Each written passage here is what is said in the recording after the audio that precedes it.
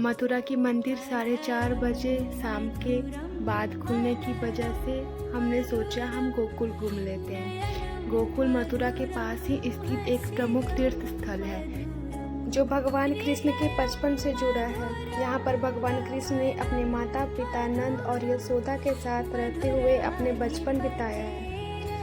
गोकुल का धार्मिक महत्व बहुत अधिक है क्योंकि यह भगवान कृष्ण के बचपन की यादों से जुड़ा है। यहाँ पर कई प्रमुख मंदिर और तीर्थ स्थल हैं जिनमें नंद भवन, यशोदा नंदन मंदिर, गोकुलनाथ मंदिर, 84 खंभा मंदिर। 84 खंभा मंदिर की मान्यता है कि वहाँ आज तक किसी ने भी 84 खंभे गिन नहीं पाए हैं, तो ये 84 खंभा मंदिर है। गोकुल में कई प्रमुख पर्यटन स्थल भी हैं जिसमें गोकुल घाट, यमुना नदी, नंदगांव, बरसाना है। यहाँ पर प्रमुख त्यौहार मनाए जाते हैं जैसे जन्माष्टमी, होली, दिवाली, गोकुल चौपदा वाली होली। 84 खंभा मंदिर भगवान कृष्ण को समर्पित है। यहाँ 84 खंभे हैं जो इसकी विशेषता बताती है। मंदिर के गर्भगृह में भगवान कृष्ण की मूर्ति समर्पित है। यह मंदिर बहुत प्राचीन है और इसका निर्माण कई सदियों पूर्व हुआ था। 84 खंभा में आशीर्वाद लेने के बाद मैं निकल पड़ी ब्राह्मण घाट की ओर। ये ब्राह्मण घाट है। ब्राह्मण घाट गोकुल में स्थित एक प्रमुख घाट है जो यमुना नदी के किनारे स्थित है। यह घाट अपनी प्राकृतिक सुंदरता और धार्मिक महत्व के लिए प्रसिद्ध है। यहाँ पर भगवान कृष्ण अपने मित्रों के साथ यमुना नदी में स्नान किया करते थे। ब्राह्मण घाट पर विभिन्न प्रकार की सुविधाएं भी उपलब्ध हैं जैसे स्नान घाट, पूजा अर्चना स्थल, पार्किंग सुविधा, भोजनालय। यहाँ पर आपको प्रवचन होते हुए भी मिल जाएंगे। ब्राह्मण घाट के बाद चिंताहरण महादेव मंदिर निकल गया। चिंताहरण महादेव गोकुल में स्थित एक प्रमुख शिव मंदिर है जो अपनी धार्मिक और सांस्कृतिक महत्ता के लिए प्रसिद्ध है। यह मंदिर भगवान शिव को समर्पित है और यहाँ पर विभिन्न प्रकार की पूजा अर्चना और अनुष्ठान किए जाते हैं। यहाँ भी आपको पूजा अर्चना स्थल, पार्किंग सुविधा, भोजनालय और धार्मिक सामग्री की दुकान मिल जाएंगी। गाय सेवा एक पवित्र और धार्मिक कार्य है जो हिंदू धर्म में बहुत महत्व रखता है। चिंताहरण महादेव के दर्शन के बाद हम रमन रेती निकल गए जो गोकुल में स्थित एक प्रमुख धार्मिक स्थल है जो भगवान कृष्ण के बचपन से जुड़ा है। यह स्थल भगवान कृष्ण के खेलने की जगह के रूप में प्रसिद्ध है। रमन रेती में भगवान कृष्ण के दर्शन का समय 4:30 बजे के बाद है। यहाँ हमने दर्शन भी किया।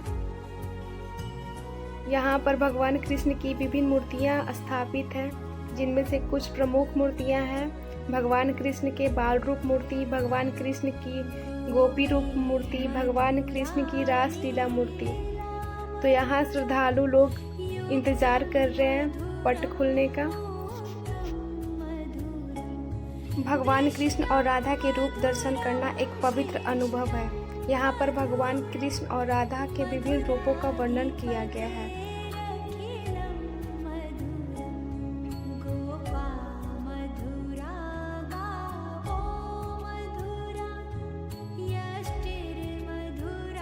रमन रेती में पट खुलते ही भगवान कृष्ण और राधा का दर्शन करने के लिए भक्तों की भीड़ उमड़ पड़ती है।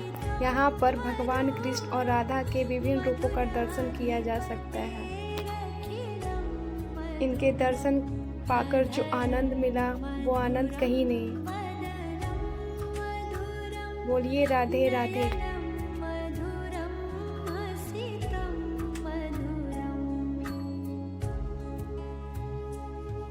रमन रेती में रेत से घर बनाने का एक विशेष महत्व यह है कि भगवान कृष्ण के बचपन से जुड़ा है। यहाँ भगवान कृष्ण अपने मित्रों के साथ रेत से घर बनाते थे और यह स्थल उनके बचपन की यादों को समेटे हुए है।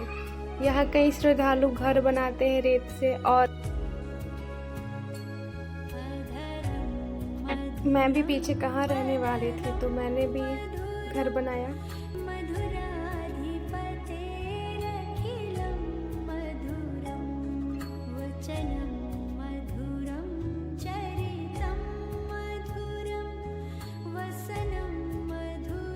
तो अब हम नंद भवन आ गए हैं जहाँ पुतना वध हुआ था।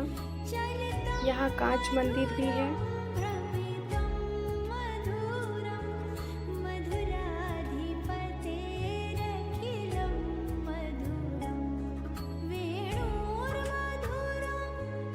इसके बाद हम विश्राम घाट आ गए। विश्राम घाट मथुरा में स्थित एक प्रमुख धार्मिक स्थल है जो भगवान कृष्ण के यमुना नदी में स्नान करने के स्थल के रूप में प्रसिद्ध है। यह घाट यमुना नदी के किनारे स्थित है और यहाँ पर भगवान कृष्ण के भक्त विभिन्न प्रकार की पूजा अर्चना और अनुष्ठान करते हैं। विश्राम घाट का इतिहास भगवान कृष्ण के जीवन से जुड़ा हुआ है। यहाँ पर भगवान कृष्ण ने यमुना नदी में स्नान किया था और यह स्थल उनके जीवन के महत्वपूर्ण पलों को समेटे हुए है। यहाँ हर रोज शाम को पूजा अर्चना भी होता है। अब हम कंस किला देखने निकल गए। कंस किला का इतिहास भगवान कृष्ण के जीवन से जुड़ा हुआ है। यहाँ पर भगवान कृष्ण ने अपने मामा कंस को पराजित किया था। यमुना नदी में नाव से घूमना एक अद्भुत अनुभव है जो मुझे प्रकृति के करीब ले गया। भगवान कृष्ण के जीवन से जुड़ी ऐतिहासिक स्थलों को देखने का अवसर प्रदान करा। ये कंस किला है जो बहुत ही ऐतिहासिक है। यहाँ डेली शाम को भी पूजा अर्चना होता है। यमुना नदी की पूजा होती है।